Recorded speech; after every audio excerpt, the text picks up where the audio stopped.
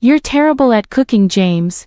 Go freeze outside with your failed meal," she yelled, slamming the window shut and locking it. I hurried to the window, pleading for James to open it as I pounded on the glass, but he just smirked and closed the curtains. The cold started to creep in, and I began to shake.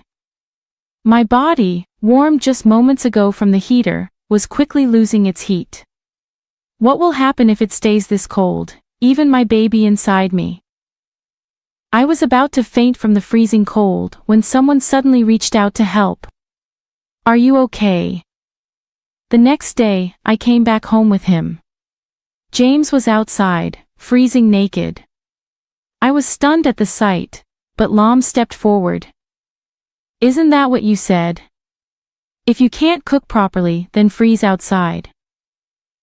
Lam gave James a stern look and spoke in a cold tone. James, shivering in the yard, could barely muster a response. "I'll call for an ambulance out of kindness, Emily. Do you have anything to save a life before it arrives?"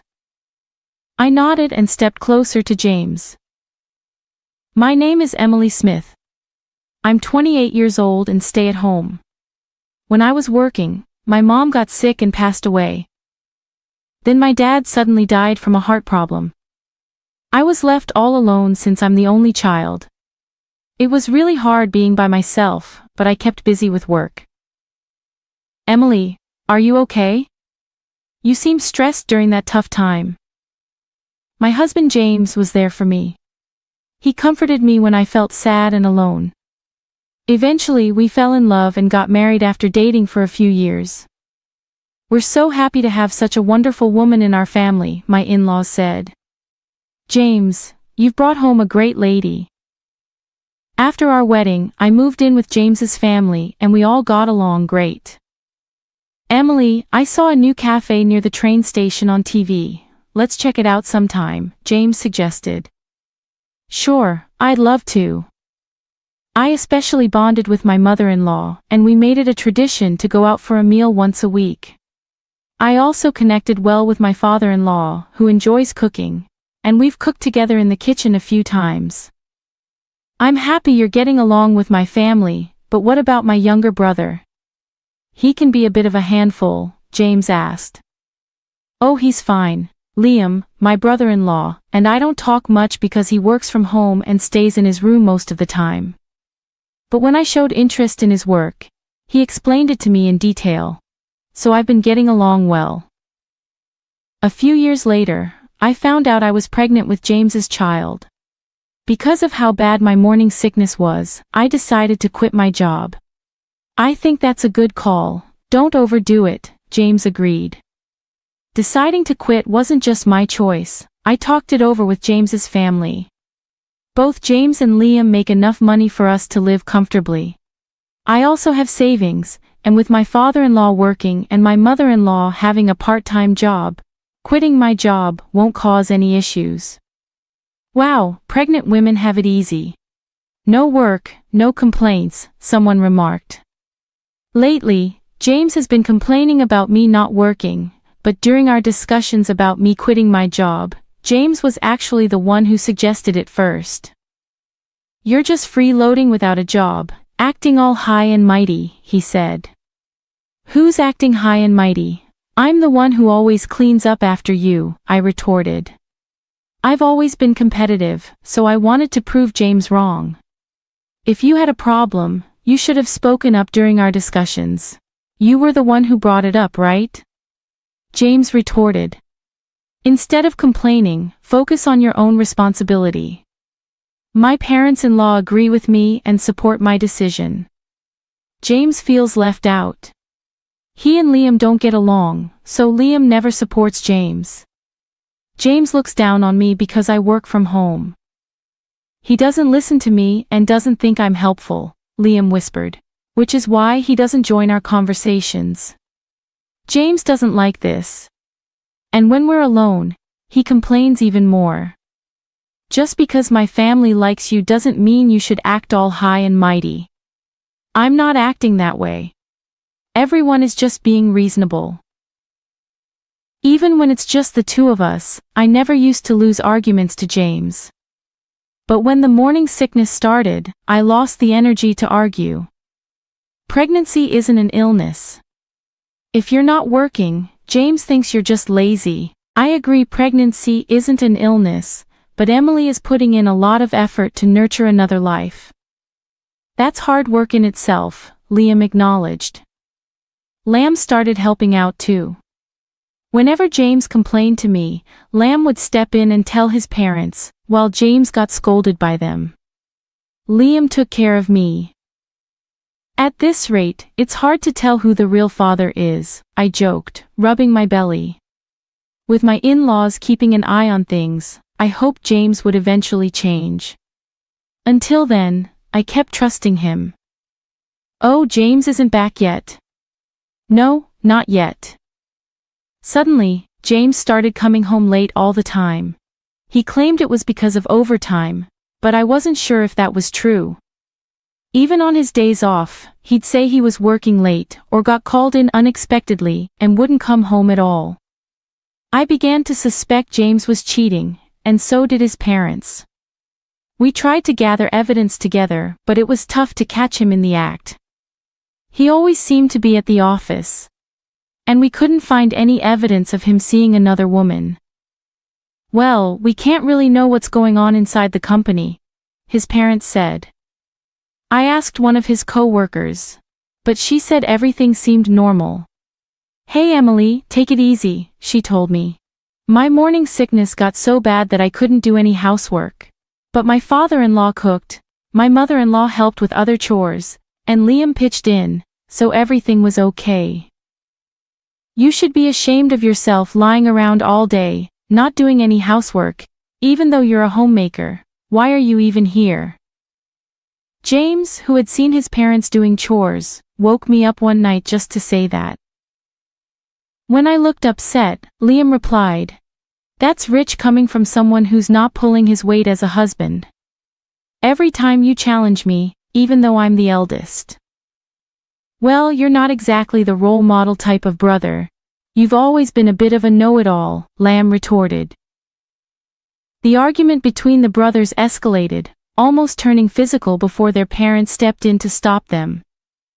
After hearing what happened, their parents scolded James saying, "That's enough, do whatever you want." Wait, James, where are you going without talking to me? James left without a word. I'm really sorry about that. We apologize, their parents said to me in place of James, and the situation calmed down. However, James's behavior has been worsening, and something needs to be done soon. I was at a loss for what to do. Is everything okay?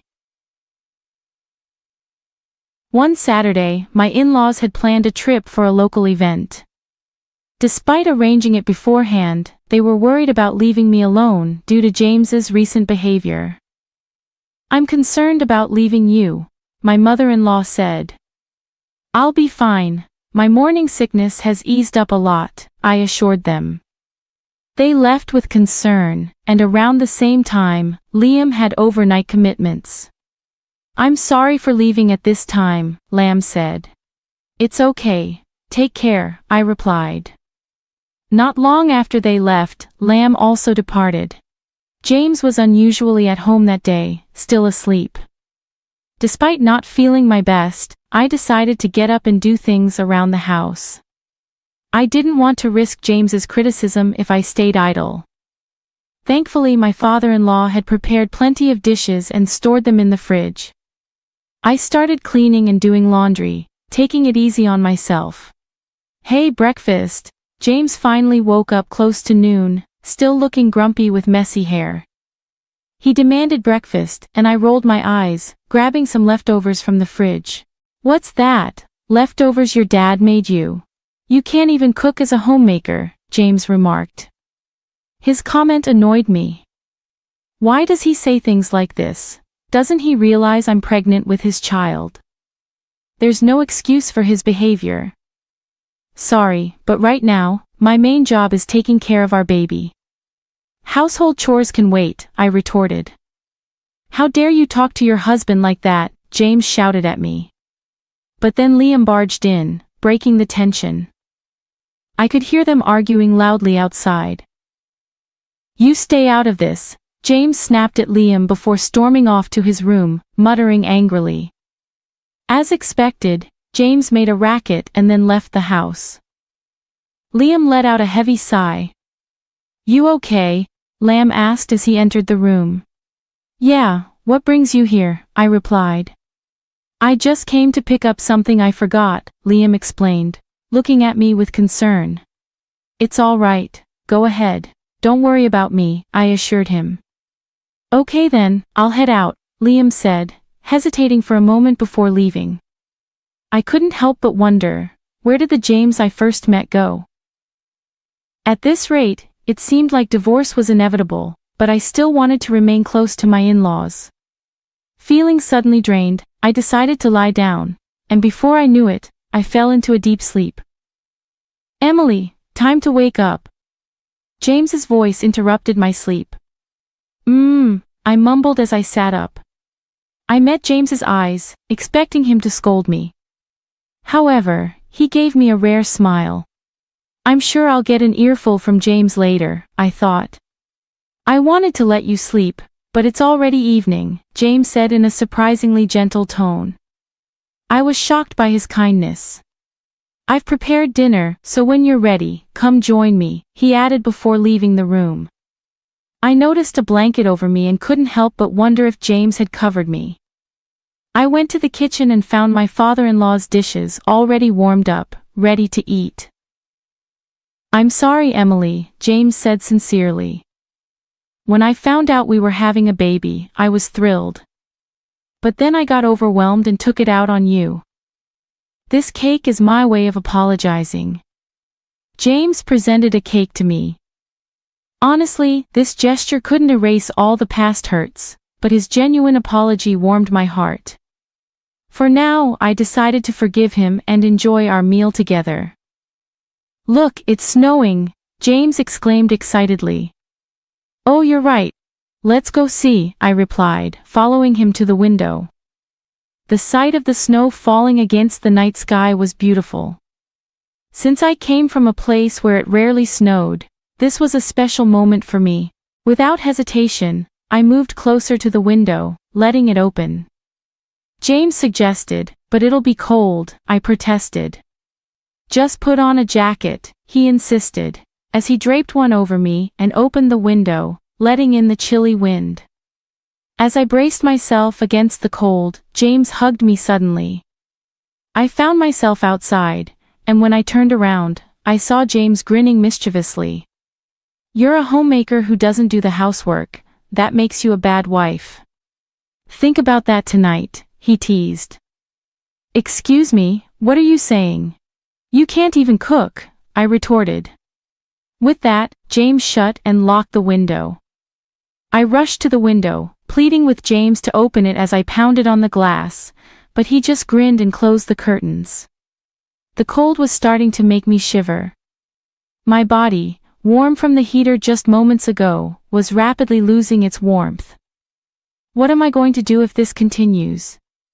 Even my baby inside me. Just as I felt like I might pass out from the cold and shock, someone reached out to me and asked if I was okay.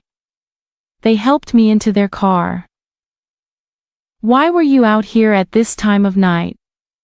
It was Liam, who had come home earlier than planned because he was worried about James. The car's heater warmed me up, and I felt relieved. We should go to the hospital just to be safe, Liam suggested as he drove me there. Thanks to his quick action, both my baby and I were okay. While I was being examined, Liam arranged for a hotel where we could stay. He left to take care of something else. I'm so relieved you're going to be a strong baby, right? Feeling reassured, I rubbed my belly. I was grateful that nothing serious had happened. Exhausted, I fell asleep as soon as I lay down on the bed. Oh, Emily, are you feeling better now? Liam asked as we left the hospital. Yes, I'm completely fine now, thank you so much, I replied gratefully. No problem, shall we head home? Liam suggested. The next day as we arrived home, I was shocked to see James freezing naked in the yard. Liam approached him with a cold gaze and tone. "This is what you said, right? If you can't cook properly, then freeze outside." James, shivering, couldn't even respond properly. "I'll call an ambulance out of kindness. Emily, do you want to say anything to him before it arrives?" Liam asked me, nodding. I stepped closer to James. "It's because of you that our baby was almost in danger. I will never forgive you. Just wait," I told him firmly. James was taken to the hospital. Later, I asked Liam what happened last night after he dropped me off at the hotel. Liam returned home alone and found James sleeping in the living room naked with another woman who seemed to be his mistress. James had brought her home thinking we wouldn't be there, and with me locked out, he seemed confident. Liam, furious, threw James out of the house in his birthday suit, telling him to think about his actions. Then Liam interrogated the shocked mistress, gathered evidence, and sent her back to her place. It turned out she had a family too. By the time Liam informed them of everything, dawn was approaching. He took a short nap in the car and then came to pick me up. That's how everything unfolded. "I've talked to my parents. They said they're coming home today," Liam told me with a gentle smile, staying by my side until they returned. "It's going to be okay now, Liam. Thank you so much," I said gratefully. "I just did what needed to be done," Liam replied. "I'm so sorry, that idiot. I can't apologize enough." James immediately apologized upon their return, and faced their wrath. James was forced to pay child support, and it was decided that he would be kicked out. "I'm so sorry. It was just a mistake, Emily. I truly love only you," James pleaded, but I ignored him. I wish he'd stop treating me like a fool, I thought to myself. Suddenly, James became aggressive, raising his hand at me. "Enough is enough," my dad, Liam, intervened, grabbing and twisting James's arm with the help of my father-in-law. James was easily overpowered, and I felt relieved. "I really just lost my mind for a moment, Emily," James said remorsefully as he was thrown out by the two men while I was comforted by my mother-in-law. He was pathetic until the very end, I thought to myself. By the way, Liam's pretty strong, isn't he? Considering what just happened and how he tossed a full-grown man outside, Emily remarked. "Oh yeah, he used to do combat sports back in the day." "I wouldn't recommend trying that move on just anyone though," Liam said with a smile. Emily felt a flutter in her heart at his smile, and her mother-in-law laughed upon noticing. "With such good looks and strength, it's surprising he doesn't have a girlfriend," her mother-in-law teased. Liam bashfully looked away, which Emily found endearing. From then on, Emily decided to stay and be cared for in her in-laws' home since she had no other family or reliable person to turn to. "If you'd allow, I'd love to hold your baby," her mother-in-law said. "Of course, anytime," Emily replied. "Right now the four of us are eagerly awaiting the birth of my precious baby," Emily thought to herself. Talking to Liam, Emily found out that James the jerk was with a junior from his office. No wonder she wouldn't spill the beans when asked, Emily thought. The two of them were sneaking around and getting cozy at various spots. Once I reported it to the junior's husband, he did a thorough investigation. With that evidence, my divorce process went smoothly. Both of them got fired for fooling around during work hours and for claiming their dates as business expenses, Emily recounted. "Thank you for all the help," Emily said to Liam. "Well, it's only natural to want to help someone you love, right?" Liam replied, his face turning beet red. "Wait, what?" Emily was surprised and both of them blushed. Then Emily found out that Liam had feelings for her for a long time. "I always thought I should hide these feelings," Liam confessed. "I never imagined he felt that way about me," Emily thought. "Honestly, I'm not ready to be in a relationship like that right now," Emily said. "I understand, but if you can wait a bit, I want to explore these feelings," Liam said. Emily smiled, and Liam smiled back happily. I'm going to do everything I can to make you see how much I care, Liam declared. Okay, I'll be ready for that, Emily replied.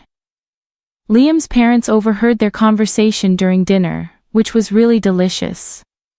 Looks like Liam has a girlfriend now, his mother teased. Liam blushed and responded playfully. Both his father and I laughed at that, Emily remembered afterward. I gave birth to our lovely daughter right on time, Emily proudly shared. She's so cute, congratulations. She looks just like Emily, adorable, Liam's parents said. I don't want to let her go, Liam said happily, embracing his role as a father. Years later, I happily married Liam again, and our daughter calls him Daddy. Liam adores her, Emily remembered fondly. I think our next child will be a boy, Liam guessed. Yeah, that would be cool if he's like me.